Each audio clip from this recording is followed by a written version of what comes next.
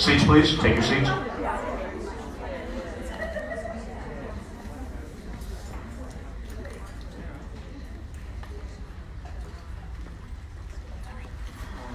The A team checking people in.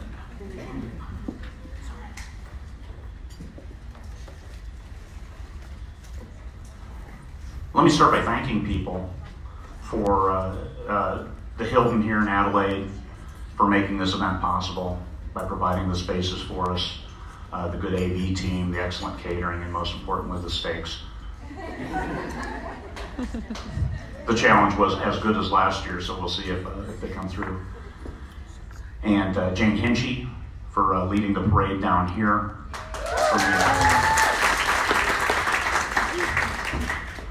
Sharon Gibbs, who got us the books locally, and Robert for the check-in desk, and all the folks who are here taking time out of your day and out of your Christmas break to join us. So thank you all. And Michael Anderle and Felicia Beasley for flying all the way from the United States to school you up. And Felicia's sick upstairs, so she's going to come down for her presentation, and then she'll go back upstairs after she's done.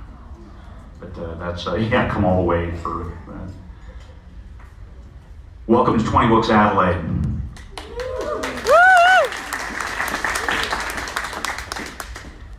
When Michael first started this, the group 20 Books to 50K, it was about, hey, let's do what we need to do, sell more books. I think I have an idea on how to do it. I think he had made 40,000 in a single month when he started 20 Books to 50K, and people told him you're not doing it the right way. And he wasn't doing it the right way because he was actually making money in this thing. He's heard the story how many times and he still doesn't get it right? It's called fiction. That's right, because we lie for a living. The real story is that, how many people know what K-Boards is? Okay. So K-Boards is a place that you typically find yourself if you're trying to find out more about what's going on as an indie writer. And in 2015, I had written and released 2 or 3 books and was doing fairly well, and had finally found K-Boards, and I was writing on there. And in January, I released book 5, and I was just crossed 5 figures a month in 90 days. And at that time, that was a big deal. So I had talked to some of my fans, and 4 of my fans had said, hey, we'd love to hear more about what's going on, because in my author notes, I wrote what I was doing, and I was writing about my success. And so some of them were interested in it. And on K-Boards, I had talked and I said, this is what's going on. And at the time, I got kind of shut down. It was pretty harsh, at least for me, because I'm a sensitive soul, unlike Mr. Martelle, who's a Marine. And so in there, between 5 and 6, now they also pissed me off. So between 5 and 6, I was helping these 4 friends, if you will, author, fan friends, and I had started the Facebook group 20 Books to 50K because it was based on something I'd done in Cabo, write 20 books, make 50K a year. So I went ahead and branded it in the off chance it became something. And so I pulled these 4 friends, these fans in, and I was schooling them. And so all of them released their first book. All of the first books from these 4 people all made top 10,000 rank. Thought that was pretty good.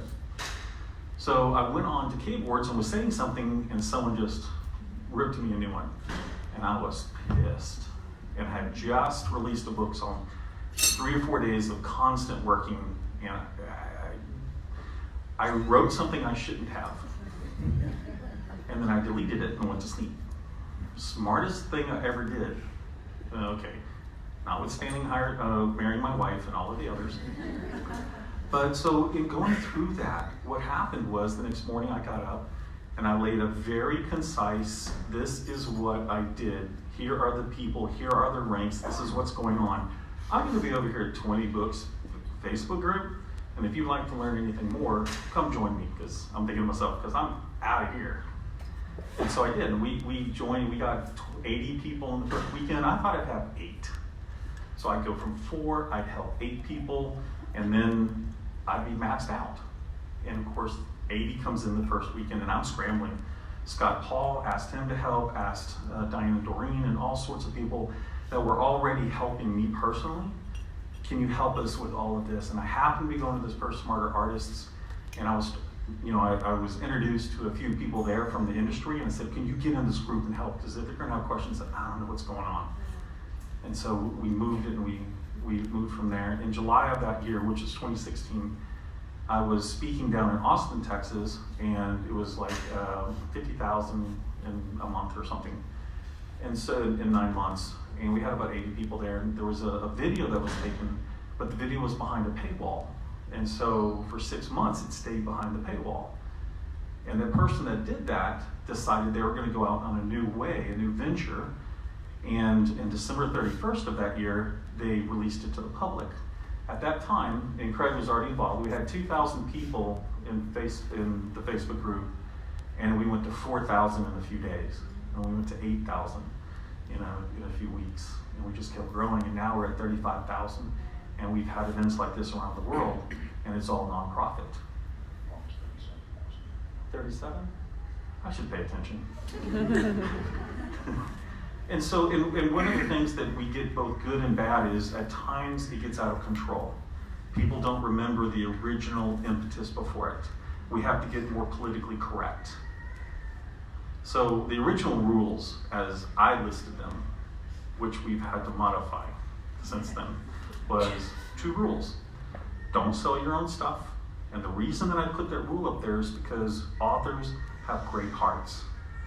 And even if they're sitting there trying to figure out how to get a meal for next week, they might buy a 99-cent book to help somebody out. I didn't want that stress on them. That's the reason for the rule. And the second one that I had was, don't be a dick. And I thought as an adult, you should kind of know what that means. How many have we kicked out? 5,000? Apparently 5,000 people don't know. And a few of them come back and say, I'm really sorry. And we're like, great. Well, come back in. And we have a few people who keep changing their name and trying to get back in, and everyone's like, are you kidding me? And so the admins behind the scenes are doing some phenomenal work, but the message doesn't always get out there. That somebody needs a hand up. Don't try to tell them how to do it, because I almost can guarantee you, I can prove you wrong. People will go, you cannot be successful without a great cover. I'm like, have you seen my first covers? I'm not that good. Trust me. You cannot do it without great editing. Have you seen my first editing efforts? And the thing is, you better have a phenomenal story if you're editing a subpar. There will be some people who are willing to read it, but it's not preferential. I wouldn't suggest it. It's not the thing you should do, but I always say #probably. Probably you should get really good editing before you release this, because unless you're like the best storyteller, it's going to really hurt you. And let me tell you, those reviews about your poor editing never go away, because you can go find them on my books, even though they've been edited multiple times.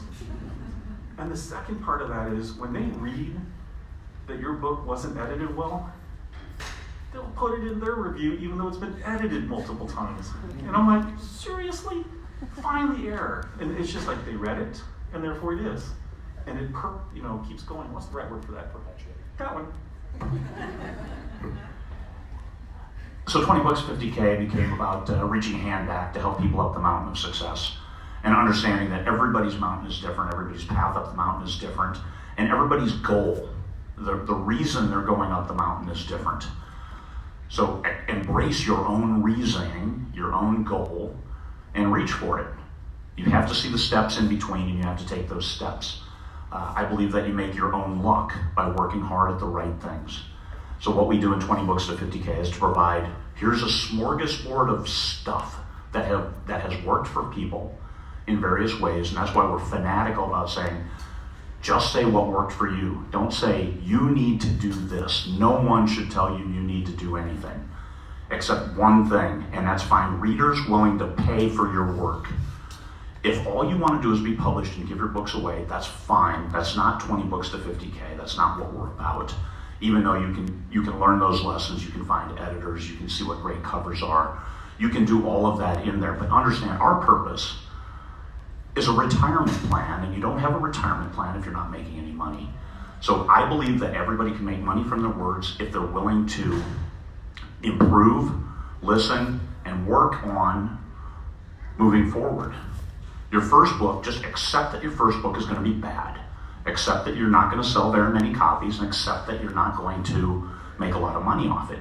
You may, but if you set that bar pretty low, then hey, I sold 100 copies, great. Now your second book, you need to sell more than 100 copies, and what's it going to take to get there? What if you sell only 80 copies of your second book, but that energizes your first book, and you sell 50 more copies of your first book? That is what 20 Books to 50K is about. You write more books, each book makes more. Nothing sells the first book like the most recent book. Nothing sells the last book like the next book. So you keep pressing forward. For those folks who want to write one book and make $1 million, I don't know how to do that. I can't help you with that. I would suggest it takes an awful lot of marketing and advertising and stuff like that. Having quality content and a fair amount of it, because with different entry points, all of that is good stuff. And if you look at 20 Books to 50K, you'll find some thread, some comments, some post that'll talk about that. And if you can't, well then start one of your own and get that input. So what we've done in that first year, Michael talked about Smart Artist Summit and networking. And we suggested, hey, what about a conference? We can do that. So I canvassed the masses. We had, I think, 150 people commit and say, yes, I'll come to a conference. If there's a 20 Books to 50K conference, I like this group, I like the premise. And so I figured, hey, 50% of those people will actually show up. So we, 20 Books Vegas 2017, we got a room that would hold 150 people, but just in case, they would scale it down to 75 and it wouldn't cost us extra, so we guaranteed a minimum of 75.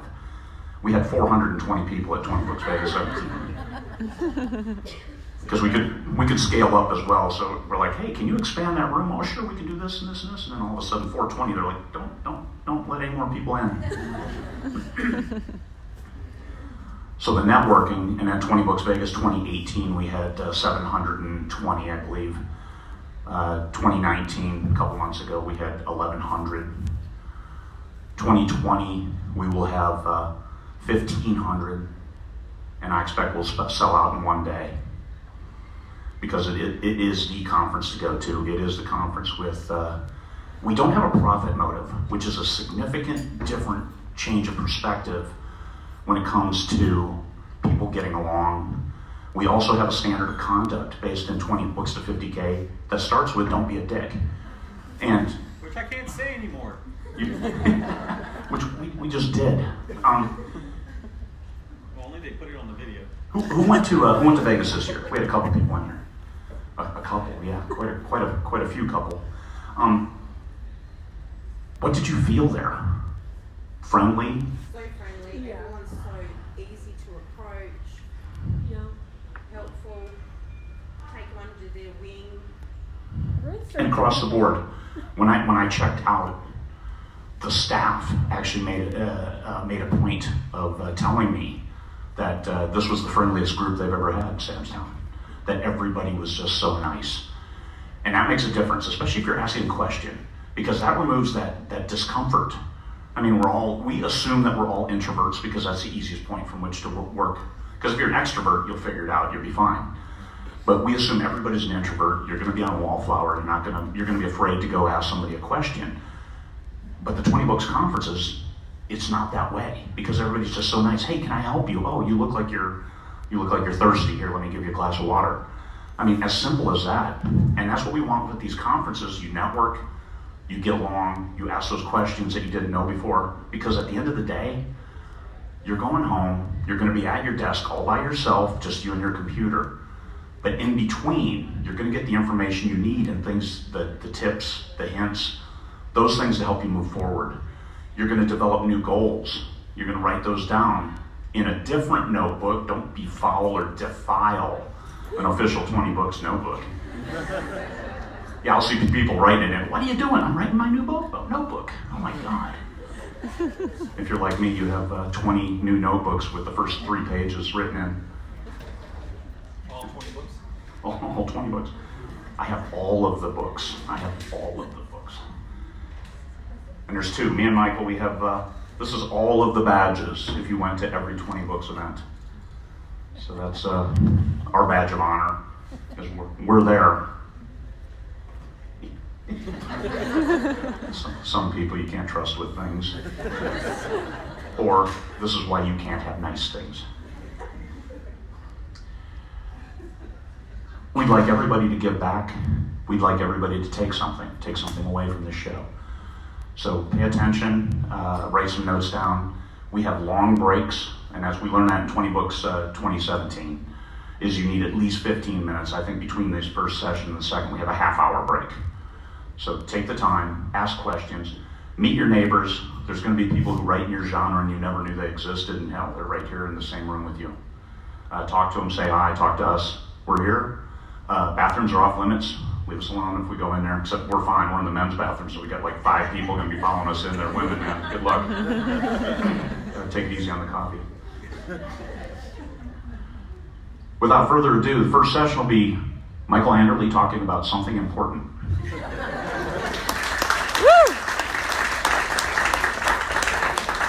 He's doing this to me again. So in 2017, he comes up here. It's the first time. The room was really impressive. And so I go in there, and he's up there, and he's smiling, kind of like that, right there. And he's like, okay, man, this is how it's going to go. Very military, be up an hour. I'm going to spend 25 minutes talking. You're going to get 35. Okay, fine. I can wing it, 35 minutes. 5 minutes. He goes, and here's Michael Anderle. 20 minutes ago, how many minutes did you say you were going to talk? 35? 25. I was going to get Okay, it's 17 now. Not quite as bad as he did. We're after. We're right on time. That's what you started a quarter after. I read it. That was a bull trip. I talked half your amount of time. Well, that's regardless. That's not the point. We were telling our own story. I know how he operates. So actually, let me a little bit correct. He boned me in London. Things that go on in London, leave them in London. Wrong word to use there, Mr. Martelle. There's a bunch of romance writers here. We all know that's a banana peel from erotica. One banana peel away from Okay, the man is in military intelligence. Am I lying here? No, I'm not, see? He knows what he's saying. But he comes off as like, oh, I slipped up. Sorry about that, Anderle.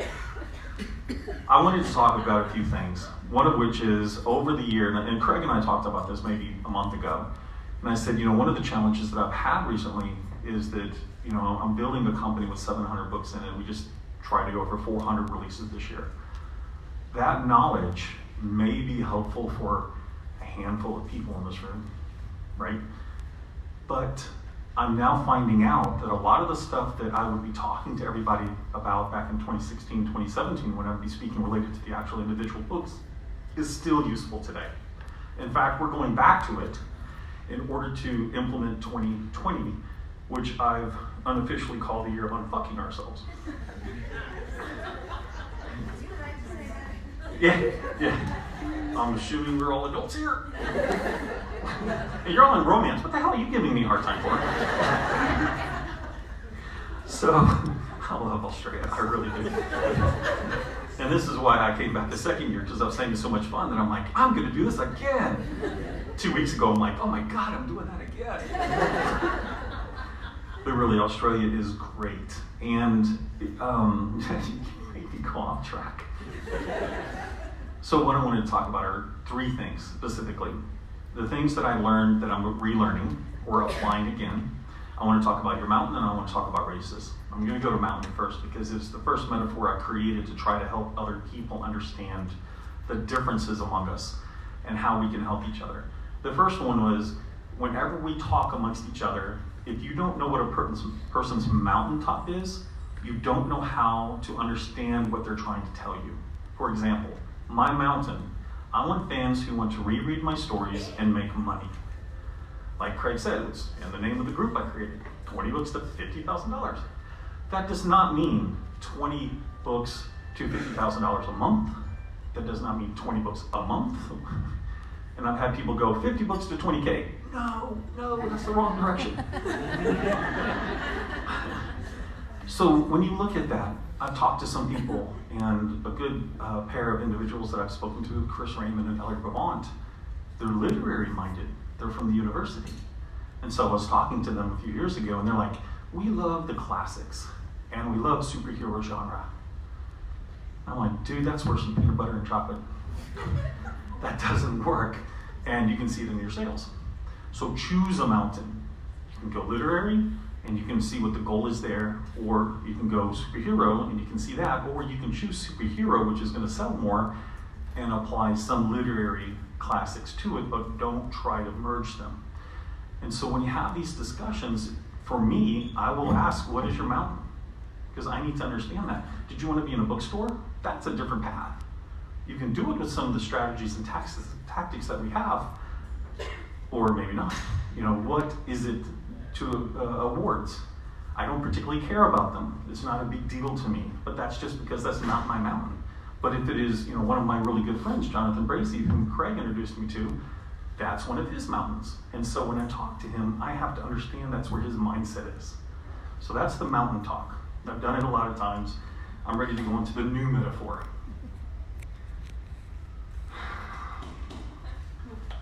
So one of the big issues that still encounters many of us, including myself, I'm not skipping this, is comparatitis, comparing ourselves.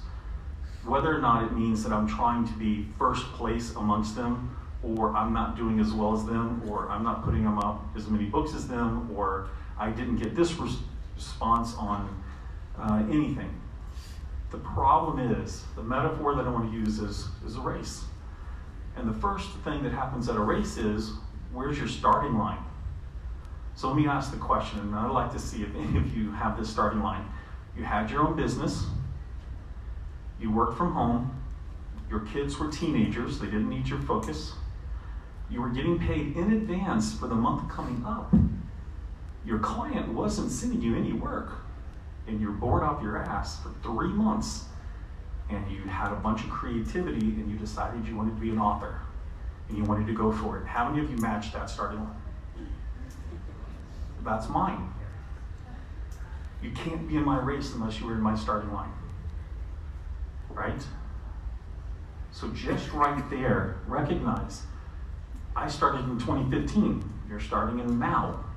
I had a lady, so, okay, uncompetitive. I'll admit that, I'll throw myself on the sword. This is what happened to me in Edinburgh this year. So we go to the University of Edinburgh. It's Edinburgh, right? Yeah, there we go, excellent. And so I'm talking amongst, there's probably a few hundred people there. And one of the couples that are there are in post-apocalyptic. Now remember, one of the podcasts that I did back in 2016 was $0 to $10,000 in 90 days. Which back then was amazing, right? Wow, no one believed it. So she comes up. My husband and I just released all of our post-apocalyptic stuff, and we did $67,000 in the first month. Great. Damn it. I hoard to myself. I can't compete with you. Your starting point is all that information that we've already shared. You know? That's great. That's what I wanted. But then my ego took a hit in Scotland. And that's just me understanding who I am and realizing, okay, Mike, get over it. Seriously? You can't have both sides. I'm trying. Trust me, you romance people. I'm trying. Even though I recognize that romance is this big. Science fiction and urban fantasy, this big. But we don't need to compete. I don't need to put myself in that because the race is not my race. So let's talk a little bit about what happens in the race. You get off the starting line. Some of you fail getting off the starting line. You know, they recently had a Ford versus Ferrari movie, and you had a person who ran to the car, and they open the car, and they get in the car, and then they can't close the damn door, right? And so all these cars, their books got off the starting line. His did not. But they won the race, even though they finally got the door closed. Well, maybe not that race. The whole movie's a blur. Ha!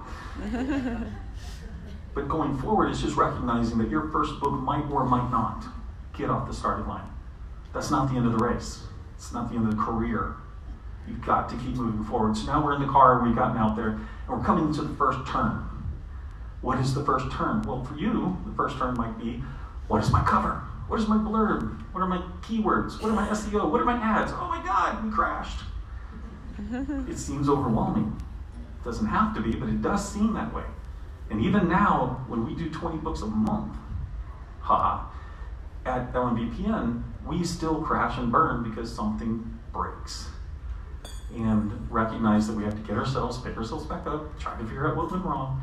But it is pretty standard. Even back when I asked people, I said, okay, let's talk about what happened with your book. Was it your cover? Was it your title? Was it your blurb? Was it your content itself, right? I typically stay away from that. So one reason 20 Books to 50K is all related to money is because we don't get into anything related to how to write a book. That's out there, it's been done, and I had too many arguments with people about it anyway. So then we go down, we say, okay, what are some of these things? Well, one of the things that you have to do when that first book comes out, now, I made some decisions. Recognize my starting point, 48 years old. I've read thousands of books in my life. I started completely different than some of you. I knew I had studied for a year the books that I'd like to reread, and I looked at it emotionally, why did I like to reread them? That was my strategy. Others have taken other routes. But coming off the starting line and going to $10,000 in 90 days back then was amazing, but people didn't realize what I had done for the first year. They also didn't realize I've written 500,000 lines of code in my life. Code requires you to be logical. So when I wrote a book, guess what? My mind was already preconditioned to be thinking down the path of the logical, and I had already been typing so much I knew how to touch type quickly. So as fast as I could think it, I was typing it. I didn't have to go back through. I didn't have to teach myself those things. So when people invariably would compare themselves to me, they didn't have the right starting point. When I compared myself to somebody who had started in 2013, I knew I didn't have the right starting point because I was jealous. That was the gold years. You could just put anything out and it would sell. I'm sure we could get examples of where it didn't, but that's the story that we hear. We also hear another story right now that says it's too hard to start. The competition is too massive. No. Yeah, okay, so you can't put quite as crappy a cover out as you could in 2012. Well, guess what? There's some really nice looking covers for $50 if you search for them. So the answer is, you can't do this. Well, yeah, but if you know, it's not hard to overcome that. So one of the conversations I had a little bit earlier, I'm going to kind of speak to a previous discussion. An individual is driving forward, and they're definitely a quantity strategy, right? More books out, income coming in. And I said, okay, so how many books can you, how many words can you write? We got that number. And I said, okay, you're looking at it, your mountaintop. Let's have that discussion. Your mountaintop is income. It's one of the things that you need because the family needs it. There's nothing wrong with that. And so I said, okay, so you're going to do this many words, and you are already basically booked out.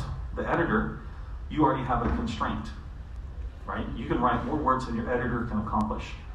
And what's the cost of the editor? Oh, it's that amount? We pay half that. Because if you're looking at income, it's not only money coming in, but money going out. So we need to adjust that. And there happened to be another lady there going, yeah, I actually paid half that amount. And so we were able to have that discussion and say, okay, here are two things you can do to modify your business that you can work on.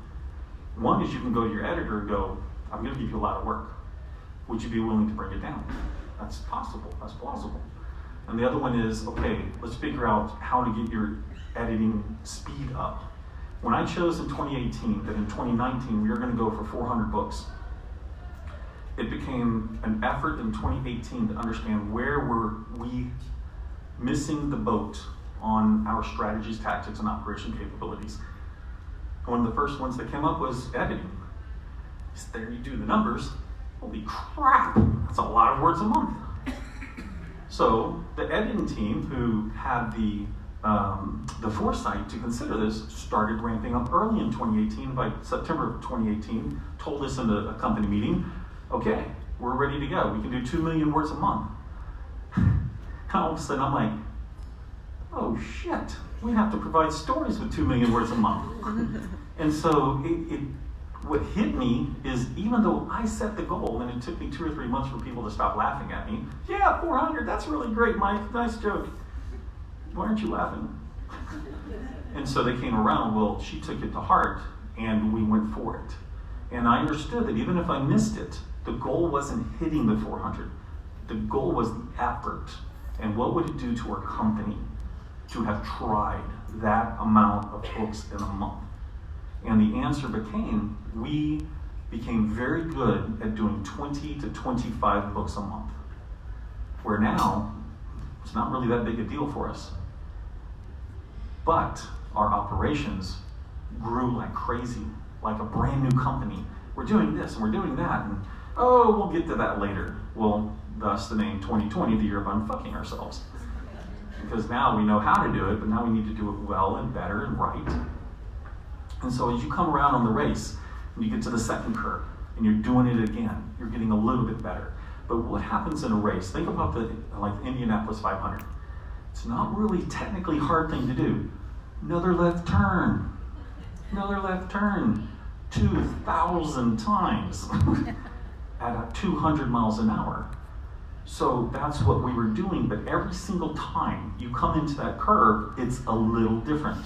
Your car is a little bit hotter or colder, or your brakes are warm, or your tires aren't as sticky. There's always something that you're tweaking, even though you know it's only a left turn. And so we get better, and don't stress it. The point that I guess I'm trying to encourage you here is, don't stress your effort going forward. You're going to get another chance unless you stop. And if you stop, that's a problem.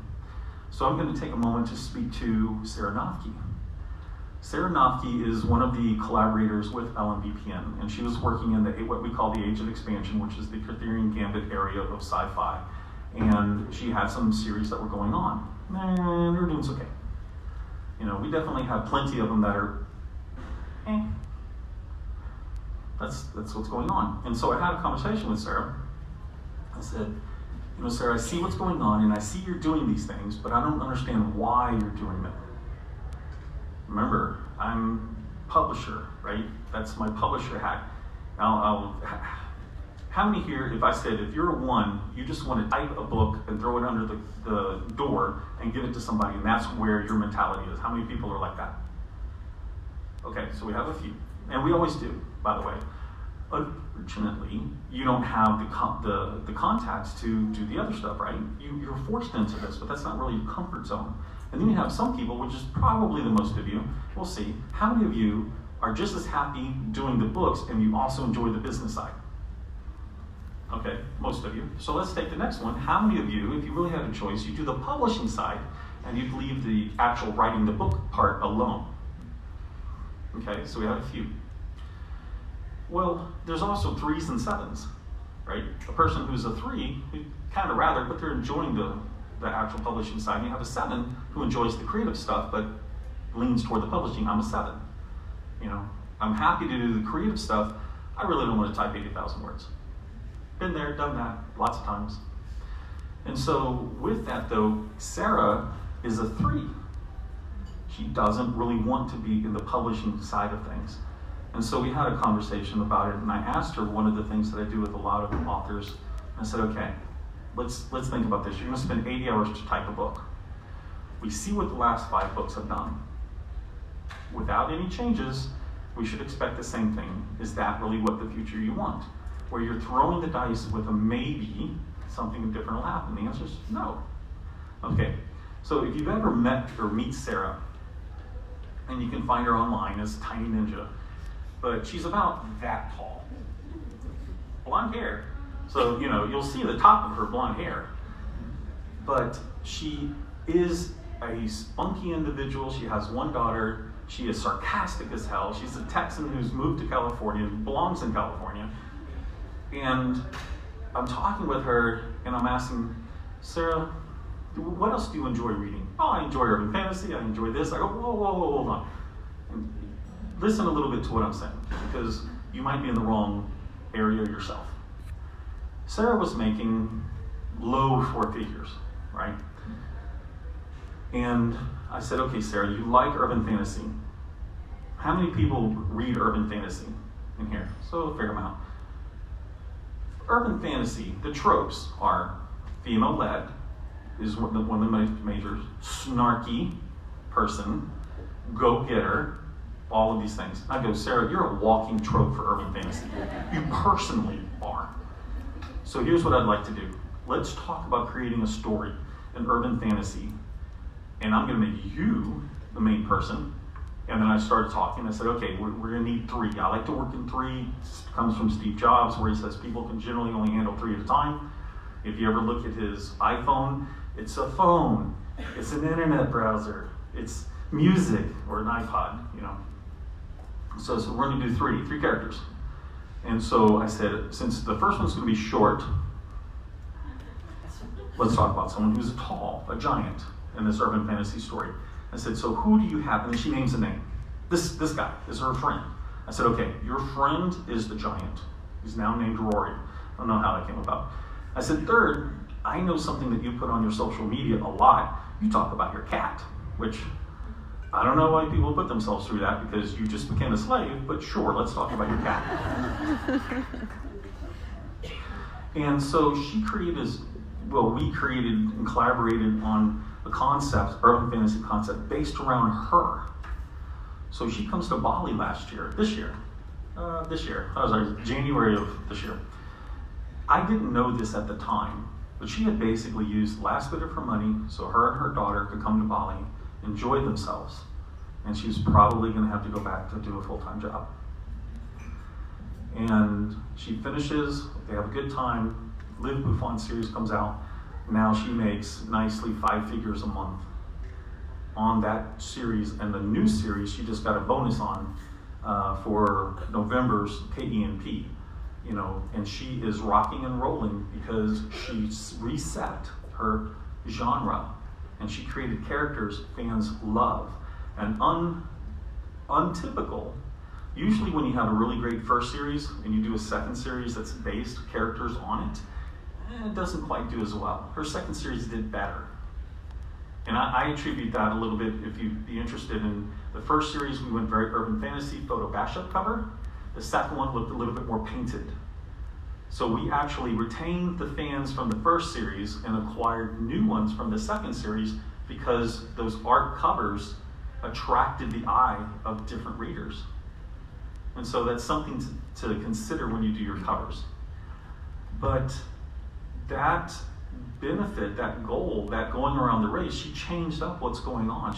She changed up how she drove, and she's good. In just a few months, if you will, it changed her life. One new series, jumping into a new car, to keep going on this metaphor, I'm going to run into the ground, changed her life, changed her daughter's life. And she had it in her the whole time. And so what I'd like to mention about this is, back in 2016, when I would talk to people, because at that time I was the fair-haired child, I was one of the few people out there talking and willing to speak to what the success was and what I thought about it, and everybody was grasping for straws. And I would ask people about them, because I think the concept a little bit was, oh, by the way, don't write yourself as a character. Some of the most successful series we've had, guess where a big chunk of this character came from? Them. I'll talk to Martha Carr, if you know who she is, or Judith Barron's, which is a pen name for Martha and myself, on urban fantasy. The first Orsairn, the first Lear Chronicles, I talked to Martha. She 30 years in the industry, writing as a trad club author, potentially getting movie deals, all of that stuff. She'd been in the stores.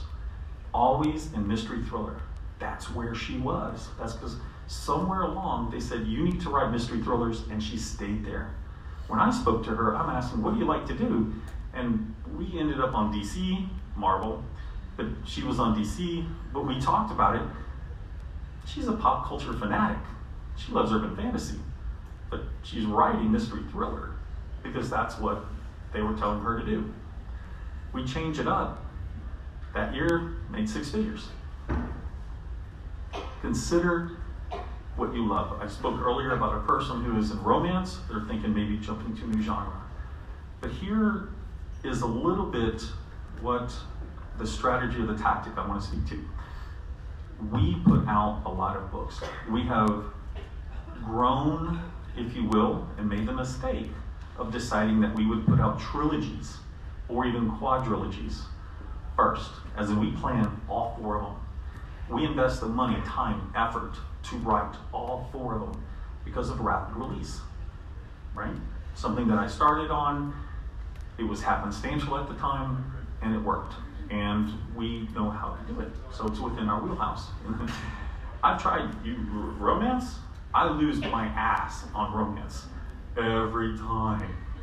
I'm probably 40 grand down this year alone on romance. I'm just staying away from romance for now because I can't hack it, and I'm not willing to read the books to go figure out how to hack it. Not that I'm not against romance. I just have other books I'd rather read. So, in the beginning, I told people the strategies and the tactics that I came from with minimally viable product, which does not mean the crappy product. It means you supply a product that finds out whether or not someone wants to do more with it, right? Are you solving a need? That's the concept of MVP, was if 60,000 words is your first book, and Amazon won't tell us read-throughs and KU, tell us whether or not people like the book. Break your 60 into 320s, release them as 320s, and find out if anyone will read through it to see if you have a problem with the book. That would be one way to find out where your book has a problem. It doesn't, the new 2020 version of that, because, so we did 4 books, right? 3 to 4 books, 180 to 200 and something thousand, talking 10 to 15K of cost in some of these things before we find out how successful it is. And I was like, you know, the problem that a lot of you have who can only write, you're the only writer, or us as a company that has many writers, is we can't tell what's going to hit. We still can't. We have a good idea of what will at least make our money back. And so I'm like, okay, my operations guy, Steve Campbell, and myself, were like, how can I do this? Let's go back to the basics.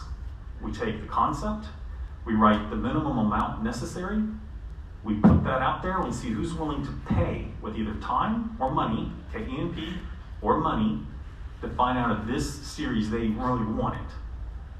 Why did Crithiri and Gamby get 100 grand a month? Because people were engaged with those characters and they loved them, they're willing to follow it, and they would tell friends. I didn't spend much in advertising at all in the beginning. You know, I was at 50,000 a month with 500 bucks a month in advertising, very minimal. You know, we religiously spend 10 to 20% a month now. So completely different. And so what I want to get back to, if you're struggling right now with your own income, is the series you have viable? How do you figure it out? If it takes you 6 months to figure out, well, how do you figure out in a month? If it takes you a month to figure out, how long can you take it, do it in a week? How do you break that down and find out which series are worth investing in? Your time, mostly. How do you do it? So another one, here's another thing that we did. One of the biggest issues with making money related to a series where you lose the money is in the read-through, right? People who read book 1 don't read book 2. Some of that reason is because it's been too long and they've forgotten. Hell, they might have died. We don't know. There's some amount of time between you release book 1 and you release book 2. And there are a lot of tactics and strategies you can read. What's the appropriate amount of days between book 1 and book 2? What's the amount of days that you should do this in order for people to come back through it? TradPub, I saw a statistic one time that said 63% of people who read book 1 read book 2. If yours is above that, congratulations. If yours is below that, find it, fix it, Forget about it, do something. That's hard business tactics of trying to move forward. So, if the friction point, and we don't know all of them, but if the friction point is between book 1 and book 2, how about we get rid of it? Instead of just doing 3 books, rapid releasing, why don't we put them all as one book? We don't go book 1, book 2, book 3 box set. We actually take it and say, let's grab all 3 books. Let's call the box set the book 1 release. And let's change it, instead of going chapters 1 to 30, book 2, chapters 1 to 30, let's just go 1 to 30, 31 to 60, 61 to 90. No friction. The only thing that causes friction is your story sucks, or our story sucks. That is the only reason they should stop working. And this is in Kindle Unlimited, by the way. Just recognize that 99% of our books are in Kindle Unlimited. And so we did that, and we've had quite a bit of success. And books that really take off. The other nice thing about it is our typical chart for a 60 to 70,000 word book is up for 12, maybe 14 days, and then down to 18, and it putters, and down at 21 to 25, and down at 28, and then cliff, and then advertising spend. But a longer book tends to go out 60 days. You know, it tends to go on a lot longer. And so there's something else to consider in your strategies and tactics, which is what I'm trying to do here, is tell you not only things that have for you mentally, but also hard business things that you can do to help go forward. Craig mentioned this a little bit. When you're at a race, you can talk to other people who love the race. And then you happen to usually go, I love number 4. Number 4 sucks. So you find out what's going on. Do that here. Talk to each other. Find out someone that can at least give you an idea when you're stuck. I'm blessed because I can either call Craig or call Martha or call anybody in the company when I can't think of a business, or not a business, but a story idea. It's like, I can't get past this. And I don't know. The worst one is Witch of the Federation, where I've spent probably 6 weeks trying to figure out how am I going to wrap this story up. 12 books of story I've got to wrap up in 1, which is 3. And trust me, the beats for writing that suck. But I watched somebody else do it in the company. And I paid attention to them. I go, oh, that's obvious in hindsight. I didn't want to do it because it was going to be a lot of work. So in the last 2 weeks, I've reread books 1 through 4 to have to find out what are all the things that I need to close out. But it's work. Craig mentioned it before. There's the secret sauce, people. Work. And then you make it easier. If you can do the work, the information how to do it is there.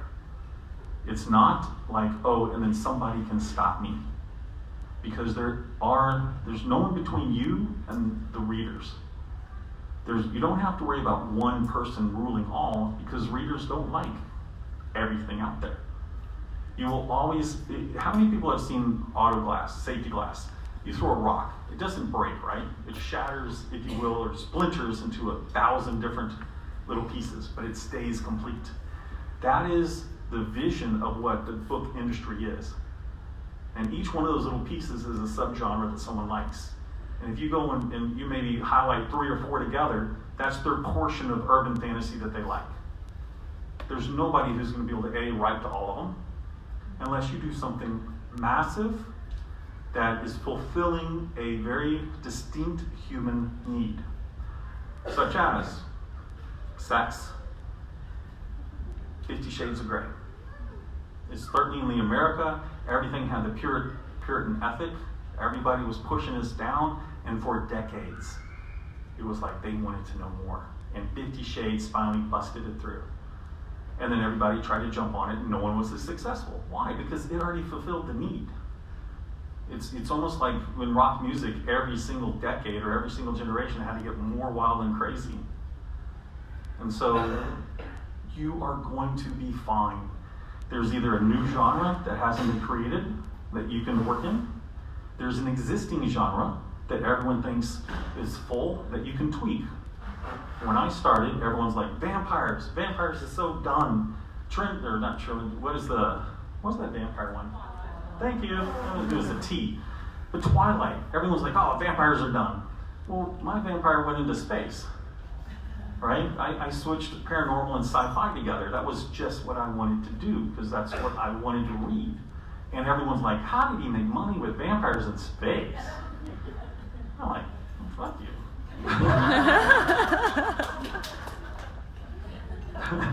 You know, and it got to a point where enough people were not happy with my success that I'm like, you know what, I'll just go to the bank, I'll pull out a few $100s, I'll cry into it and give it back. That's the attitude I had to take to kind of work through it. Because it's not, there's always something, there's always somebody willing to cut you down.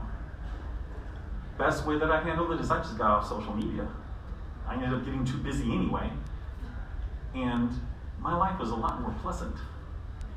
You know, I talked to him, he actually, so I let him be the filter. Oh, what are they saying, Greg? And so we come into the finish line, and that finish line is what you decide it is, right? Because I can tell you that if you think 10,000 is enough, and you're going to be happy at 10,000 a month, that when 10,000 happens, 20 is looking good. When 20 happens, you're like, 50 would be fantastic. And you go, but I would be happy. My life would be complete if I ever would at least hit 6 figures a month. No, that doesn't work. It doesn't work.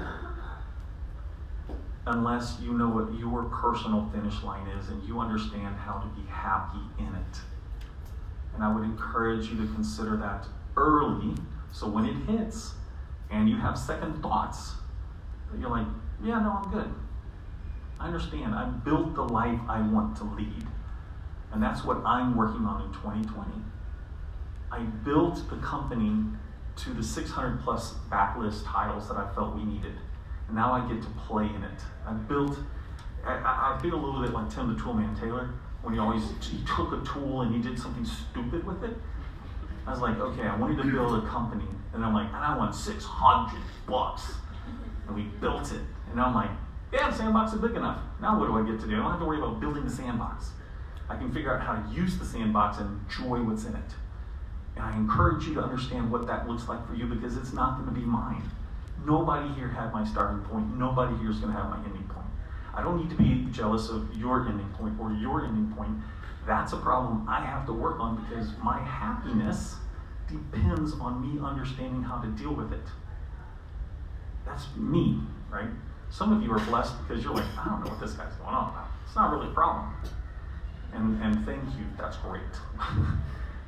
But that part of my personality drove me.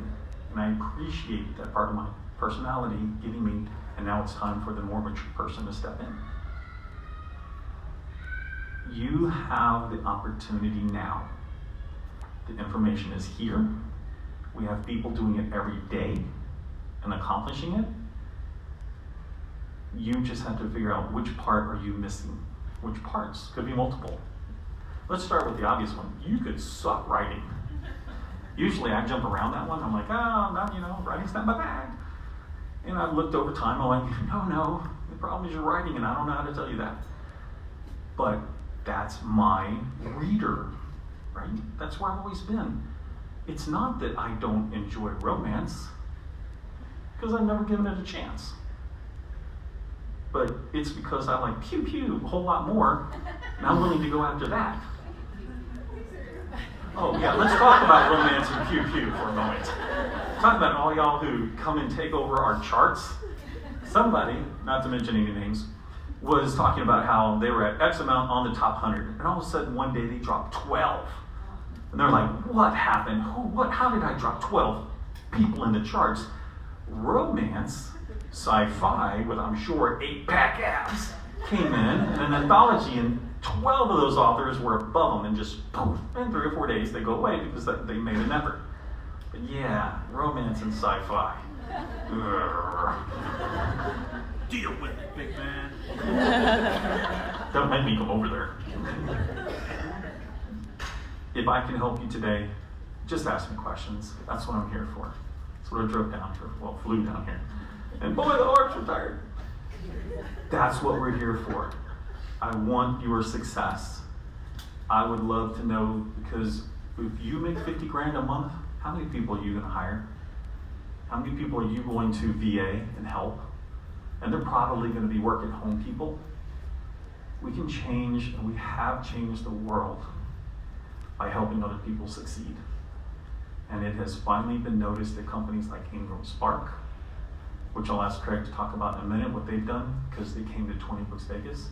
Publishers Weekly, you're talking about venerable institutions 150 years old because of your attitudes and what you're doing for other people and the charge and the excitement that you bring. And so just from me to you, thank you. My life is amazingly better knowing that I got to fulfill a part where I helped people. So thank you.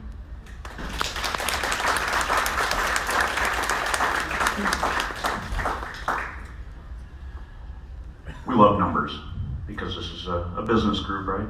Business, we talk about books a lot, but there's also the business aspects. It took me 13 books before I had my first $10,000 month. 18 books for my first 50,000. I think 21 for my second 50,000. And my ad spend in December is about $4,500, and I think I'll make about $35,000 in December without a release, without a new release.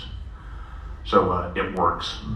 It works. You can advertise, you can market, you develop your readership, and I'll talk about that in release strategies in my presentation that I will see for the second time when I show it up on the screen here this afternoon. 20 Books Vegas, we had industry, we had the biggest industry representation of pretty much any indie conference. Publishers Weekly came, Ingram Spark, Podium, Tantor, Findaway Voices, Audible. So we had huge audio presence because of the growth in audio. And we asked people and they came. Publishers Weekly, I think we even got Amazon did a tweet. Their public relations person came down and said, I'll look at it, and if I like what I see, then I might do a public relations pimp out, just saying, hey, look at these guys, they're embracing Amazon, they're doing whatever. They appreciated what they saw. Robin Cutler from Ingram Spark, she came down and she said, I am a professional conference goer. I go to conferences like 30 a year, and I've been doing that for 30 years. And she said, this was the best conference I've ever been to. The people were nice, everything was focused, and it wasn't the camaraderie. She said there wasn't any cutthroat, there wasn't any, here's me, buy my stuff from the industry. It was all people trying to present because the attitude of 20 Books of 50K is infectious. Amazon brought 14 people. I've already had significant conversations with them about what's on store for 2020. Because they're like, hey, we're gonna make our presentation early to get the money to make sure we can get people to come to the show. Same thing across the board. I think we'll have everybody we had for Vegas last year, next year, as well as additional people to answer your questions. And in order to do that without the conference degenerating into, hey, here's all the industry professionals trying to tell you about their products. The next year's show is going to be mostly a 5-day show. It's the 10th through the 12th of November, 3 days. But Monday the 11th, or Monday the 9th of November, we're going to have Industry Day. We will have a big conference room set up with tables, and all the industry will be spread out, and they'll be able to answer your questions and show you what they've got. But mainly answer your questions. Stop by, come in on Sunday if you can. Come in on Monday early and whip in and talk to Amazon, talk to Kobo, talk to Drafted Digital, talk to Reedsy, talk to everybody who will come. And be ready for the answers. Because they may tell you something like, oh, hey, thanks for the data, we'll take it under advisement, or they may actually give you an answer, something you can work with. So come out long. No, that's a separate issue. But ask. And if you want something from Amazon, I ask every single time. On Amazon ads, how can we know about the borrows? Because 2 out of every 3 of my buyers are borrowers, and then I get those page reads later. But it would be nice if the Amazon ad showed you had 2 borrows and 1 sale, or you had 9 borrows and 1 sale. That would be way cool data to have. That's all I need.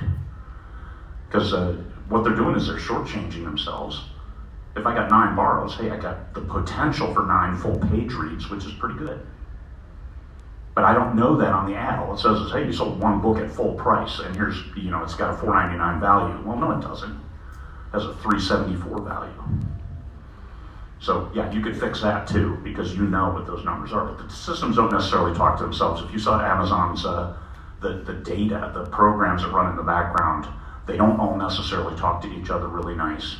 So they don't pull the data the right way. You personally can pull up your KDP, but that's just understand there's significant complexities that Amazon has to deal with. And every time they make one change somewhere, something else breaks. You've all seen that. You've all seen where all of a sudden, hey, Amazon's not working. Hey, they're not showing my cover. Oh my God, it's showing not for sale. That's because they fixed one thing and it broke something else. And then they run in and they break something. So it's just I think IT folks call it debugging. It just means fixing what broke. All right, we don't want to take up any more of your time. Give you a half hour to take a break. Felicia Beasley will be in at 10:30 to talk Amazon ads part Dux or something like that. Thank you. Thank you. Woo.